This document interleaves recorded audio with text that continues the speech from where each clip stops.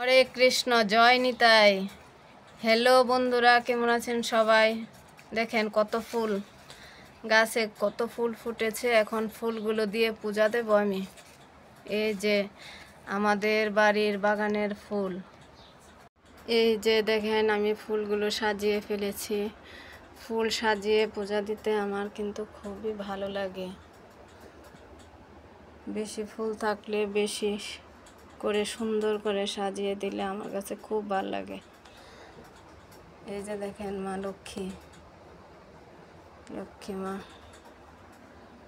এই যে আমাদের গুরুদেব রাম ঠাকুর, এই যে মহাদেব, আর এই যে এটা হচ্ছে আমার দিদি শাশুড়ি, আর এটা গীতা, মায়ের গীতা, মা গীতা, পঞ্চতত্ত্ব রাধাকৃষ্ণ।